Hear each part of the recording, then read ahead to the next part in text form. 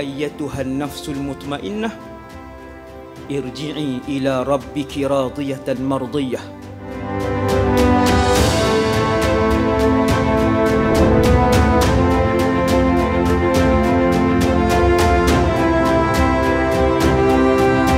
Siapa yang keluar daripada rumahnya untuk menuntut ilmu ataupun mengajak, fahuwa fi sabilillah hatta yarji'a. Hadis sahih.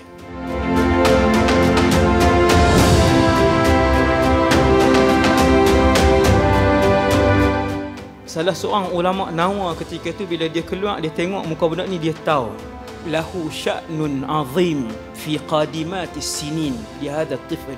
Dia kata, aku tahu dan aku boleh rasa budak ni akan menjadi orang yang besar satu hari nanti.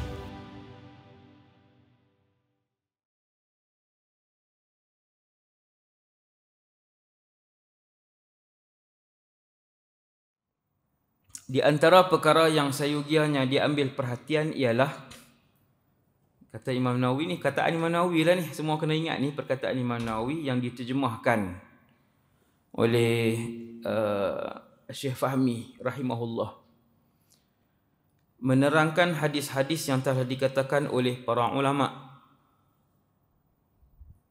bahawa hadis-hadis tersebut merupakan asas-asas Islam yang mengandungi perkara-perkara yang sangat penting dalam kehidupan dan mengandungi garis-garis besar dalam ilmu fiqh dan segala jenis ilmu yang bermanfaat. Maka di sini kami, Imam Nawawi lah, akan sebutkan hadis-hadis tersebut. Dan di antara yang paling penting sekali bagi kebanyakan ulama, nombor satu daripada sejuta hadis yang ni. Sepatutnya minggu ni kita tasmik hadis semua, legasi UA kan. Sebelum pergi kerja lagi semua tasmik. Tasmik dekat pelajar. Sebab pelajar dah hafal dah. Satu staff, satu pelajar.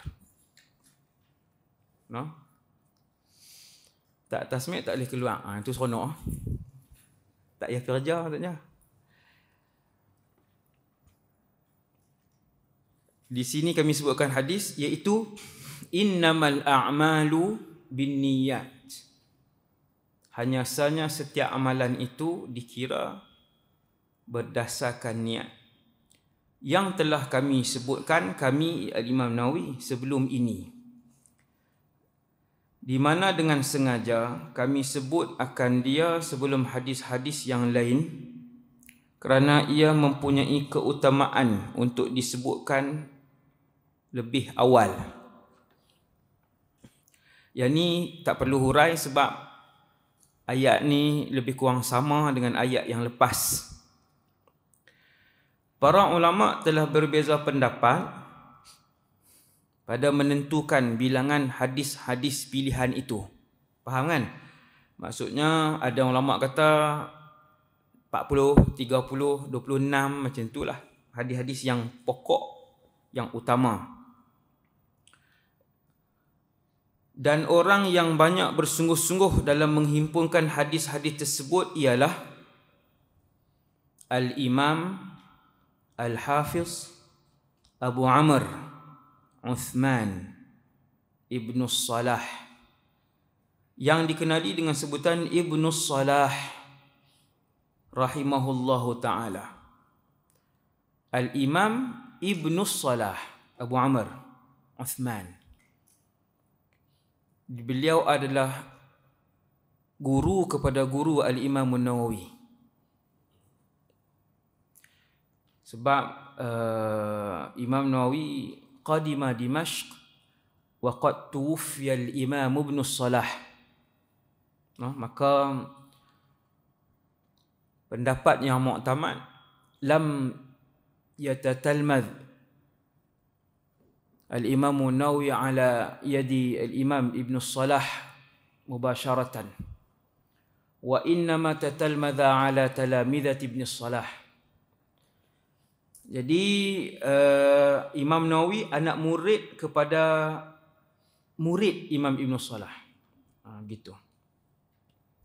Imam Ibn Salah ni bukan mufti negeri tau. Imam besar, muhaddis faqih. Kata Imam Ibn Khallikan, dia kata wa kadzalika jama'a fil lughah wat tafsir wa ilm ar-rijal wa ilmi ar-rijal. Ibn Khallikan kata guru aku ni juga muhaddis, mufassir, faqih, pakar dalam ilmu rijal dan lughah.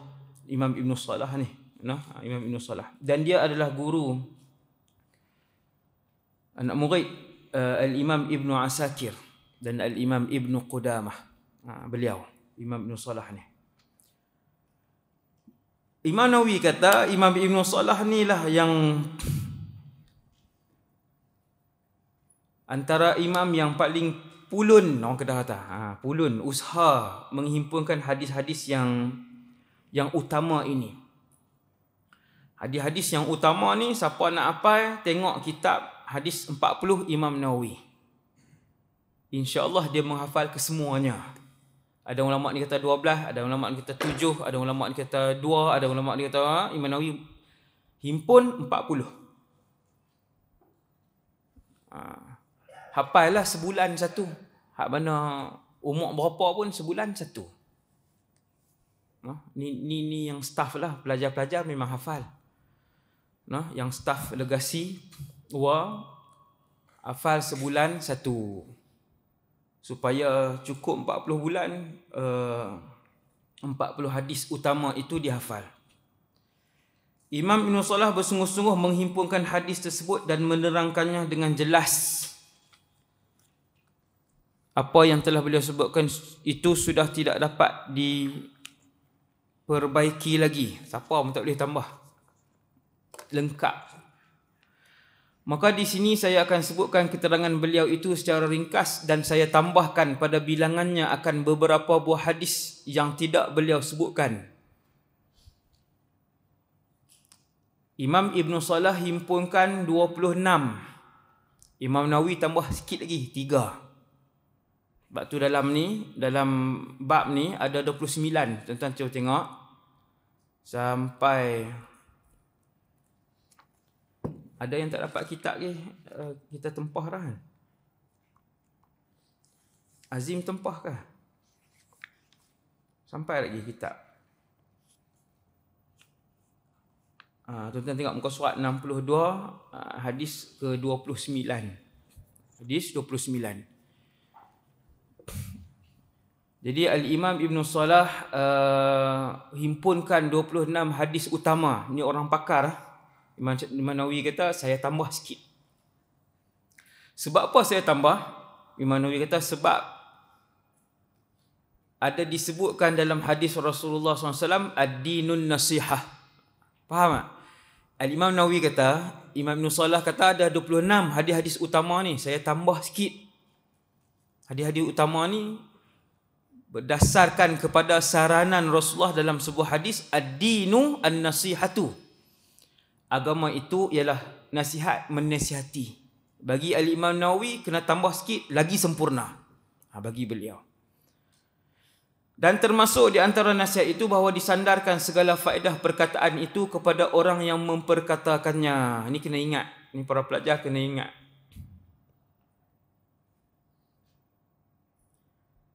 Apabila kita mengajar, apa-apa faedah yang kita dapat, sebut nama tok guru yang sebut benda tu, walaupun dalam kitab.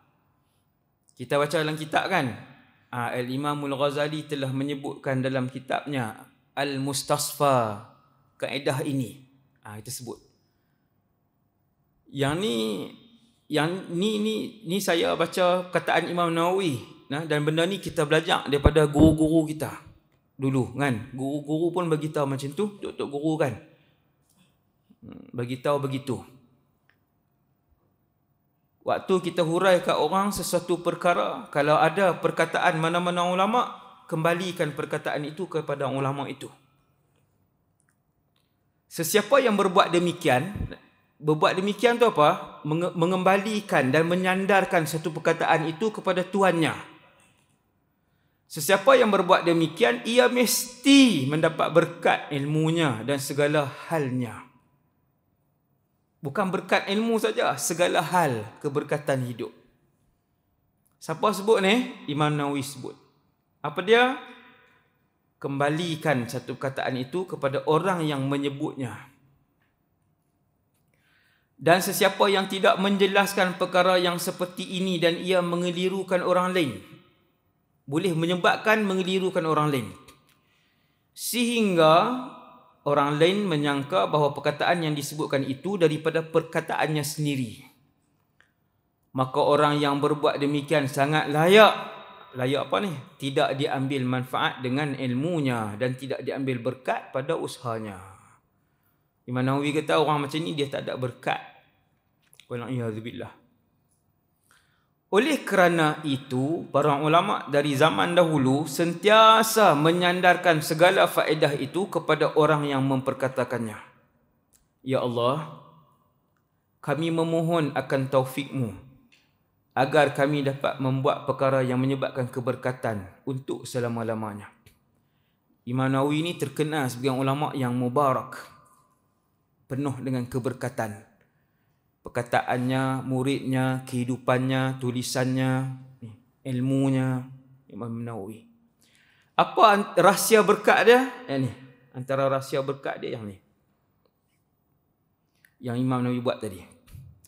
Berkata Al-Imam Ibn Salah rahimahullah, sesudah beliau mengaturkan dengan sebaik-baiknya perkataan para ulama pada menyatakan hadis-hadis pilihan yang merupakan asas-asas agama, dan setelah beliau menyebutkan perselisihan mereka pada menentukannya dan menentukan bilangannya, maka sampailah bilangan hadis-hadis itu 26 buah hadis. Kata beliau rahimahullah, beliau tu Imam Ibn Salah. Hadis pertama daripada 26, Imam Nawawi tambah 3 jadi 29. Bismillahirrahmanirrahim. Pada menyatakan niat dan ikhlas. An Amiril Mu'minin Abi Hafsin Umar bin Al-Khattab radhiyallahu anhu qala Sami'tu Rasulullah sallallahu alaihi wasallam yaqul Innamal a'malu binniyat wa innama likulli imri'in ma nawa faman kanat hijratuhu ila Allah wa rasulihi fahijratuhu ila Allah wa rasulihi wa man kanat hijratuhu lidunya yusibuha aw imra'atin yankihuha fahijratuhu ila ma hajara ilaih. Muttafaqun alaih.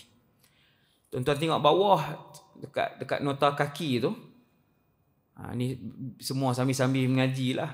Rawahul Bukhari fi awwali sahihihi. Imam Bukhari riwayatkan hadis ni nombor 1, hadis pertama daripada berapa ribu hadis yang dalam kitab dia. Warawahu Muslimun fi Kitabil Imarah. Adapun Imam Muslim riwayatkan hadis ini innamal a'malu binniyat ni dalam kitab dia, dalam buku beliau, tapi di bawah tajuk Bab Al-Imarah. Erti hadis daripada Amirul Mukminin. Amirul Mukminin maksudnya ketua orang-orang beriman.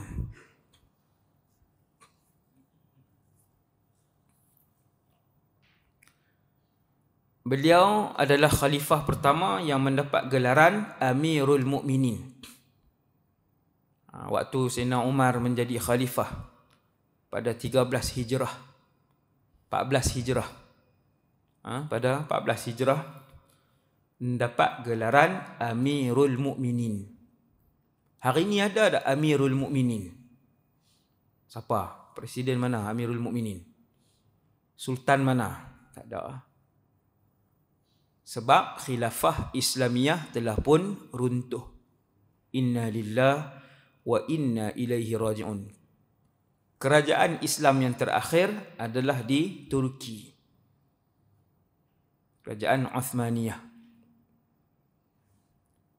Dia ada Rasulullah dulu, khilafah Nabawiyah.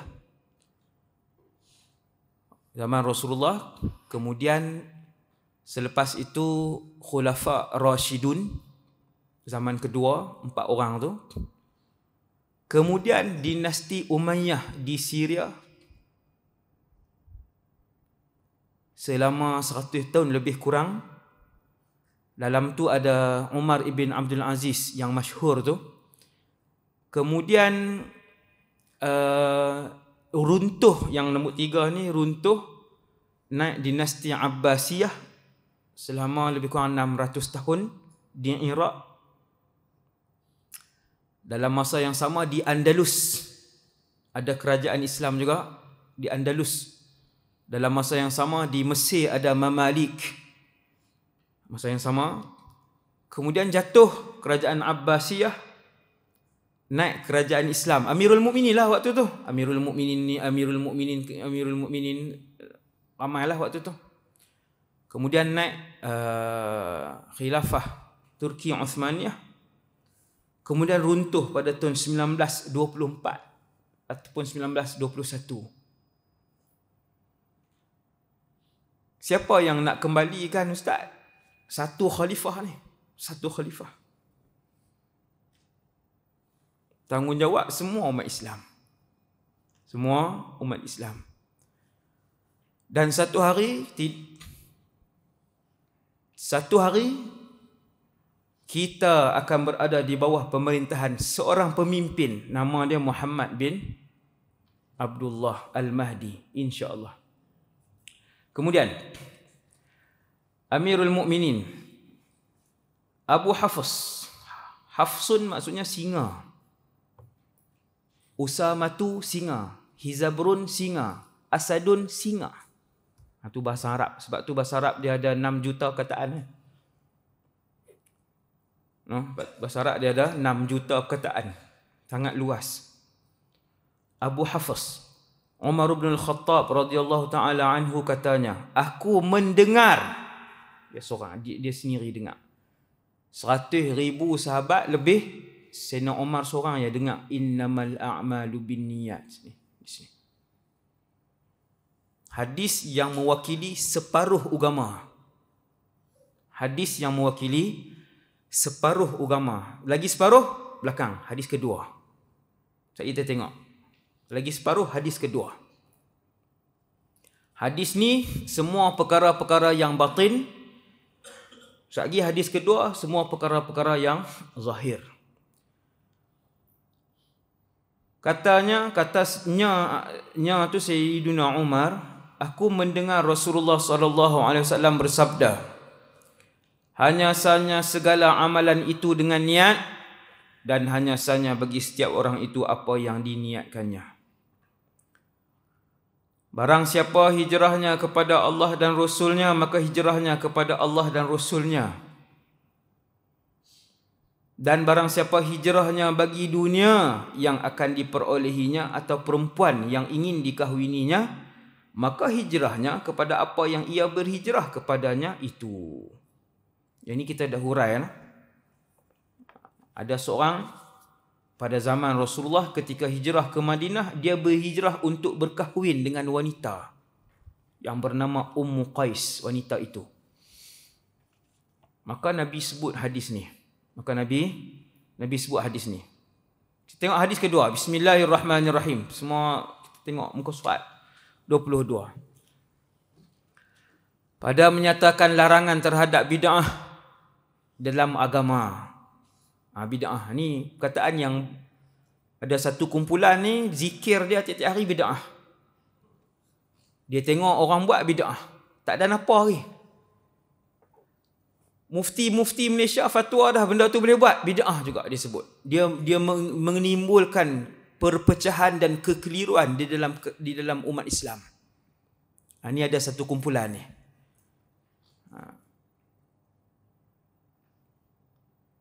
Hadis ni penting untuk difahami. Kita tengok. Bismillahirrahmanirrahim.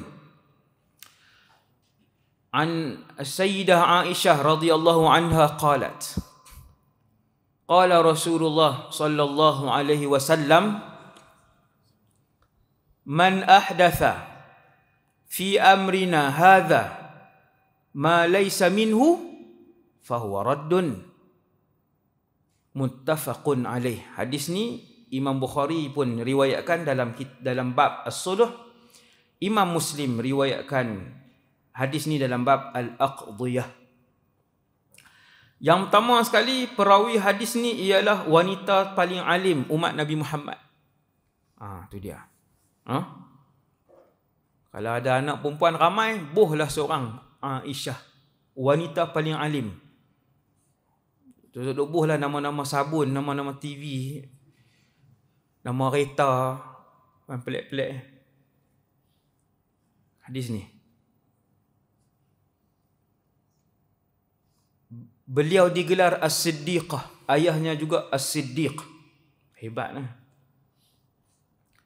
Wanita yang paling alim umat Nabi Muhammad dan juga wanita yang paling Nabi sayang. Kalau orang tanya, siapakah wanita yang paling dicintai oleh Rasulullah? Sayyidatuna Aisyah selepas Khadijah bintu Khuwailid radhiyallahu anha. Itu tak boleh lawan lah. Sayyidah Khadijah tak boleh lawan. Sebab Sayyidah Khadijah tak payahlah, lagi lambat. Kita tengok hadis ni. Jadi Sayyidina Aisyah ni, Al-Imam Al-Zahabi kata afqahu nisa'il ummah 'ala al-itlaq. Afqah nisa'il ummah 'ala al-itlaq. Radhiyallahu anha. Subhanallah.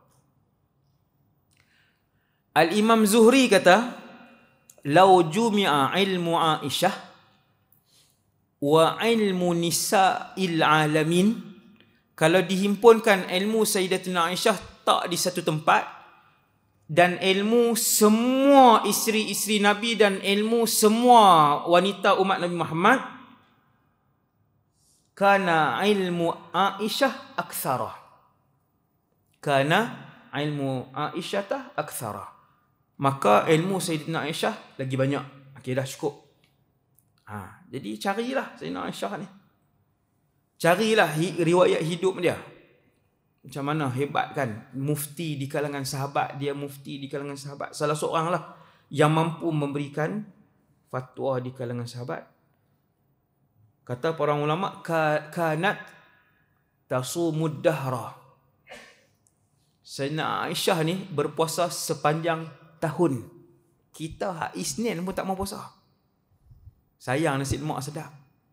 Kawan mukmai kan, Isnin tak mau puasa.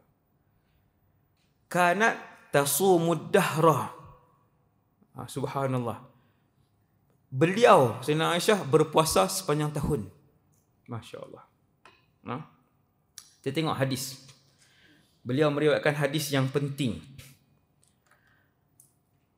Terjemahannya daripada Sayyidah Aisyah radhiyallahu anha, ia berkata, ia tu Sayyidina Aisyah lah, telah bersabda Rasulullah sallallahu alaihi wasallam,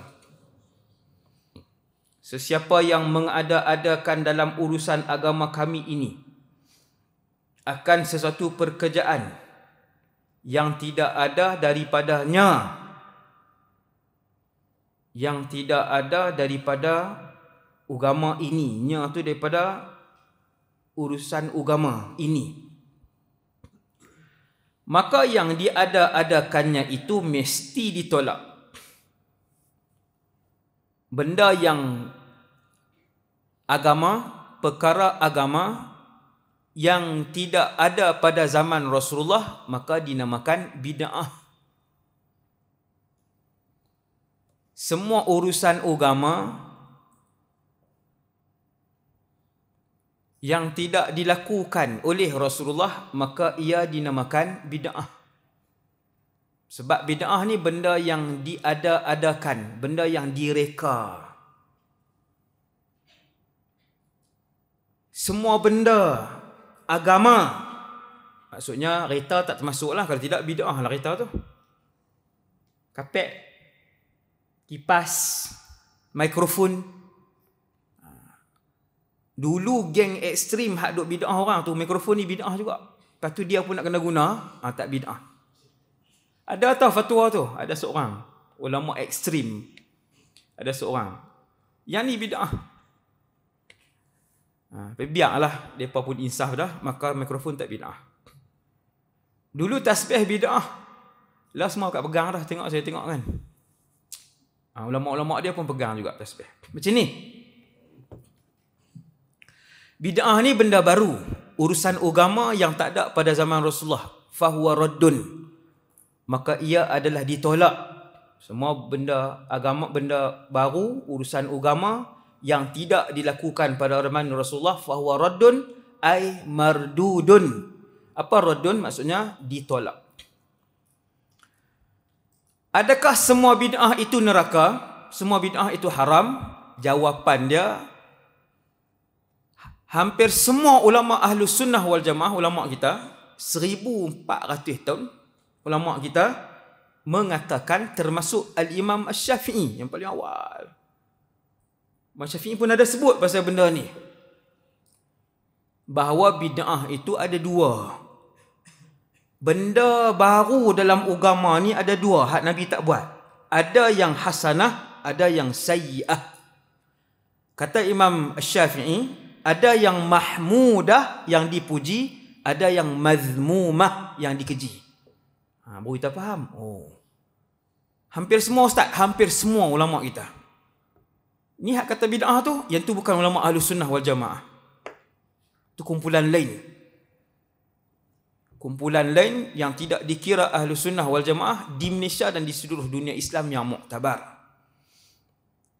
Maka mereka suka membinaahkan urusan agama yang telah diajarkan oleh ulama-ulama kita dengan fatwa-fatwa yang dikaji. Bukannya tepi-tepi jalan pergi ambil ni.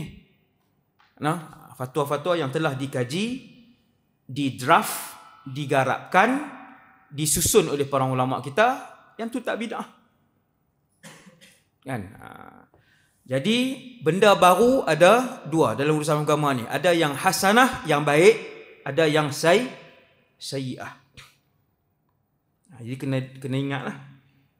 Sebab apa ada hasanah dan ada sayyi'ah, ada yang diterima, ada yang ditolak? Tengok balik hadis tadi. Man ahdatha, sesiapa yang mengada-adakan, fi amrina, urusan agama ini, dalam urusan agama kami, hadza ini, ma laisa minhu, sesuatu yang tidak ada daripadanya, sesuatu yang bukan daripada agama ini. Maksudnya kalau yang daripada agama ni diterima. Apa maksud dia yang bukan daripada agama, yang daripada agama? Maksudnya yang ada dalil daripada agama ni boleh, walaupun tidak dilakukan pada zaman Rasulullah. Ada dalil umum dalam agama ini, maka dia dikira sebagai sebahagian daripada agama ini. Itu maksud dia ma laisa minhu. Sesuatu yang baru itu yang bukan daripada urusan agama, yang tu baru ditolak, dikeji. Kalau sesuatu yang baru itu sebagai urusan agama, maka diterima. Contoh, Nabi wafat, Quran tidak dibukukan. Tu Quran, tuan-tuan tengok Quran, tak ada Quran. Quran kan dalam buku kan. Quran dibukukan. Nabi wafat, Quran tidak dibukukan. Nabi wafat 11 Hijrah, Quran tidak dibukukan. Quran ditulis oleh beberapa sahabat. Sayyidina Muawiyah bin Abi Sufyan, Sayyidina Ubay bin Ka'ab, Sayyidina Zaid bin Thabit, Sayyidina Ali radhiyallahu anhu tulis Quran. Mereka tulis di atas tulang, mereka tulis di atas lembaran, mereka tulis di atas batu, mereka tulis di atas kayu, mereka tulis di atas, tulis banyak tempat. Rumah kawan ni ada 10 muka surat, rumah kawan ni contohlah, rumah ni ada 18 surah, rumah sahabat ni ada begitu. Sampai Nabi wafat tak ada Quran dibukukan. Lepas Nabi wafat, Sayyidina Abu Bakar jadi khalifah, berlaku perang besar, banyak sahabat yang hafal Quran, yang faqih, yang qurra, syahid. Ramai syahid, mati syahid. Sayyidina Umar jumpa Sayyidina Abu Bakar, wahai ya khalifata Rasulillah, itu panggilan kepada Sayyidina Abu Bakar. Tak ada lagi Amirul Mukminin. Ya khalifata Rasulillah, aku nak cadangkan himpun Quran dalam sebuah buku. Himpunkan Quran jadi sebuah kitab. Ambil semua himpun. Sayyidina Abu Bakar kata, ma kuntu li af'ala, aku takkan buat sesuatu yang Nabi tak buat. Nampak bid'ah Ma kuntu li af'ala ma lam yaf'alhu Rasulullah, kata Sayyidina Umar. Aku tak akan buat benda yang Nabi tak buat. Nabi buat tak himpun Quran dalam satu ni? Tak buat. Kemudian kata Sayyidina Umar, Sayyidina Abu Bakar tolak sebab dia kata Nabi tak buat. Aku terangkan kepadanya, wahai Amirul Mukminin, ini begini. Kamu bayangkan bila Quran ini nanti qurra di kalangan sahabat, sebab sahabat bukan semua hafal Quran. Sahabat ada 100,000 lebih, bukan semua hafal Quran. Beberapa ribu orang sahabat menghafal Quran. Dan mati syahid ketika itu ratusan sahabat yang hafal Quran. Maka Sayyidina Umar pun terang dekat Sayyidina Abu Bakar, begini. Sebab Sayyidina Umar orang alim, Sayyidina Abu Bakar pun orang alim. Cuma Sayyidina Umar ni, tak payahlah lagi panjang. Cari sendiri. Sayyidina Umar ni seronok. Ana mu'jab bi Sayyidina Umar. Sebab tu saya tulis buku pasal Sayyidina Umar. Saya sangat suka dengan Sayyidina Umar ni. Hebatlah. Nabi mimpi, Nabi minum susu, lepas tu bagi kat Sayyidina Umar. Kan? Bila sahabat tanya, Rasulullah kata, al-ilmu. Apa kamu takwil benda tu wahai Rasulullah? Al-ilmu. Ilmu. Alim lah Sayyidina Umar ni. Maka bila Sayyidina Umar terangkan kepada Abu Bakar, Abu Bakar pun setuju. Kita himpunkan Quran jadi dalam buku. Bid'ah tak? Bid'ah.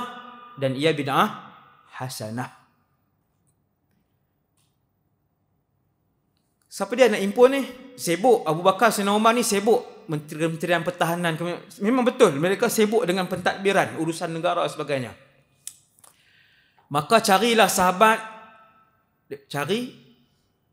Akhirnya mereka melantik pengerusi lajnah himpun Quran itu Sayyiduna Zaid ibn Thabit. Seorang anak muda baru umur 20-an. Sayyidina Zaid bin Thabit ni genius. Nabi suruh dia belajar bahasa Yahudi. Dia mempelajari bahasa Yahudi dalam masa 3 bulan sahaja. Genius. Sampai dia reti.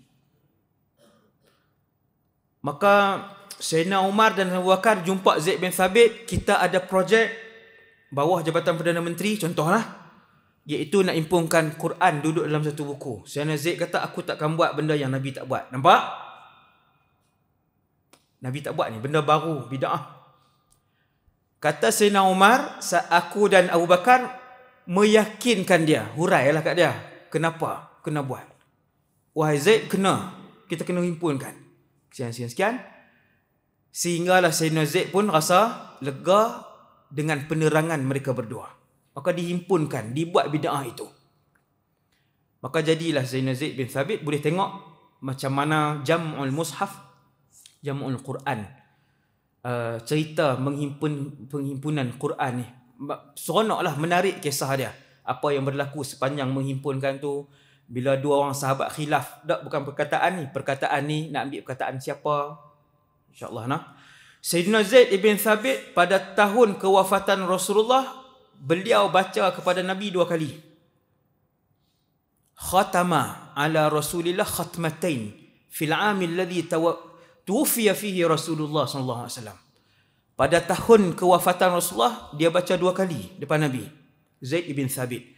Dan dia salah seorang yang menulis wahyu, Tulis wahyu ni tak sampai 10 orang tau yang menulis wahyu. Wallahu a'lam, takat yang saya tahu tak sampai 10 orang yang menulis wahyu. Salah seorangnya Sayyidina Zaid bin Thabit. Maka dia pun menghimpunkan Quran. Tu baru satu contoh. Benda yang bukan bid'ah yang dikeji. Ia adalah bid'ah hasanah. Beberapa tahun dulu, kumpulan yang rajin membid'ahkan amalan umat Islam ni. Kumpulan ni dia satu kumpulan yang sama. Tuan-tuan tengok muka sama ya kalau keluar, tiap-tiap kali keluar. Start daripada hak nombor 1, hak doktor hak nombor 1, sampai hak bawah hak jual kereta, jual cendol ni, hak jadi guard ke apa ke, semua muka yang tu je. Hak jenis bid'ah orang ni, haram, syirik, bid'ah, muka tu je kumpulan tu. Senang nak kenal, umat Islam senang nak kenal, alhamdulillah. Hati-hati bila mereka ini mengeluarkan pendapat, hati-hati. Berapa tahun dulu, kecoh, berbelas tahun yang lepas, kecoh satu Malaysia ni, selawat tafrijiyah ada unsur syirik. Allahumma salli salatan kamilatan wa sallim salaman tamman ala sayyidina Muhammadin alladhi tanhallu bihi al-uqad wa tanfariju bihil kurab. Sampai habis. Selawat tu Nabi tak ajak, ulama buat. Satu dunia amal selawat tu. Dr. Said Ramadan Al-Buti, Dr. Wahbah Az-Zuhaili, sepakar manusia dalam fiqah, Dr. Wahbah Az-Zuhaili, Dr. Ali Jum'ah, Darul Ifta di Jordan, Darul Ifta Misriyah, semua bagi tahu selawat tu boleh. Pelik kumpulan ni. Selawat yang kita Ahlus Sunnah wal Jamaah berselawat dengan selawat itu, sebab ulama kita kata boleh, harus, bid'ah yang hasanah. Satu kumpulan lagi kata apa? Neraka, syirik bahkan. Masya Allah. Sebab tu hati-hatilah dengan kumpulan ustaz-ustaz ni. Dia cakap di mana, dia ceramah di mana pun, dia timbulkan kekeliruan. Wal'iyazubillah. Wal'iyazubillah min haula al-firqah. Marahkah? Wal'iyazubillah. Berapa hari lepas? Tak payahlah. Tak nak kuliah. Gaduh pula. Subhanallah. Pejabat Mufti Wilayah Persekutuan pernah keluarkan selawat tafrijiyah setelah kami mengkaji, maka ia harus untuk diamalkan. Ia selawat yang baik. Walau bagaimanapun, lebih utama kita mengamalkan selawat yang Nabi ajar. Apa selawat yang Nabi ajar? Selawat Ibrahimiyah. Allahumma salli ala Muhammad wa ala ali Muhammad kama sallaita ala Ibrahim wa ala ali Ibrahim wa barik ala Muhammad wa ala ali Muhammad. Yang tu. Mana lebih utama? Yang Nabi ajar. Kalau nak amal yang ulama ajar, boleh. Pun boleh, harus. Ada lebih kurang dekat 60 selawat. Saya baru dapat beberapa hari lepas. Pergi Langkawi. Kan, jumpa dengan seorang pengarang ni. Dia bagi buku. Dalam tu ada lebih kurang 60 selawat-selawat yang ditulis oleh para ulama. Semua ada kelebihan masing-masing. Selawat tafrijiyah, nariyah itu tidak mengandungi unsur syirik, tetapi mengandungi unsur tawassul dengan Rasulullah sallallahu alaihi wasallam. Apa hukum bertawassul dengan Nabi? Allahu akbar. Unsur tawassul dengan Rasulullah. Ketika hidup, ijma', semua ulama boleh. Ketika Nabi hidup, ijma' semua ulama. Tapi setelah wafat, majoriti kata boleh. Termasuk Imam Ahmad ibn Hanbal radhiyallahu anhu. Ibn Taymiyah ada dua pendapat. Dalam Al-Kalimut Tayyib kata boleh, dalam Majmu'ul Fatawa kata syirik. Pula. Kan, tak tahu. Tapi ada dua pendapat Imam Ibn Taymiyah. Dalam selawat tafrijiyah, nariyah ada bertawassul dengan Rasulullah. Alladhi tanhallu bihil uqad. Yang mana dengan Rasulullah ini terurai semua kekusutan. Ba' tu ba' as-sababiyah. Terurai semua kekusutan dengan Rasulullah. Maka yang tu tawassul. Tawassul dilakukan ratusan sahabat buat. Ketika Nabi hidup dan setelah Nabi wafat. Nantikan tajuk tawassul. Tu lena tu kan tawassul. Tu pergi ke alam lain. Nantikan tajuk tawassul. Berpuluh sahabat bertawassul dengan Rasulullah ketika hidup dan selepas mati. Selepas Rasulullah wafat. Okey, kemudian hadis ini ialah hadis muttafaq alaih. Iaitulah hadis yang telah disepakati oleh para ulama atas kesahihannya. Ia telah diriwayatkan oleh Imam Bukhari dan Imam Muslim. Dan pada satu riwayat lain bagi Imam Muslim, lafaznya begini, kata Imam Nawawi. Man amila amalan laisa alaihi amruna fahuwa rad. Sesiapa yang melakukan sesuatu amalan yang tidak ada atasnya dasar dalam agama. Maksudnya yang kalau ada dasar dalam agama dibenarkan. Kenapa selawat tadi dibolehkan walaupun bukan daripada Rasulullah? Ya ayyuhallazina amanu sallu alaihi wa sallimu taslima. Innallaha wa malaikatahu yusalluna 'alan nabi ya ayyuhallazina amanu sallu alaihi wa sallimu taslima. Maka kata para ulama termasuk Profesor Dr. Wahbah Az-Zuhaili dalam kitab Al-Bid'atul Munkarah, dia kata semua selawat yang sirah dia tidak ada unsur-unsur yang ditegah oleh syarak maka harus. Dan makna rad di sini ialah mardud, iaitu ditolak. Walhamdulillahirabbil alamin. Sallallahu alaihi wasallam Muhammad wa ala alihi wasallam. Subhanakallahumma bihamdik asyhadu an la ilaha illa anta astaghfiruka wa atubu ilaik. Yang tu saja untuk pagi ni. Semoga kita semua ikhlas. Semoga najis ilmu ini diterima oleh Allah Taala, dan semoga legasi UA diberkati oleh Allah. Semua gerak kerja kita sepanjang tahun ini dan sampai bila-bila lah, insya-Allah. Assalamualaikum warahmatullahi wabarakatuh.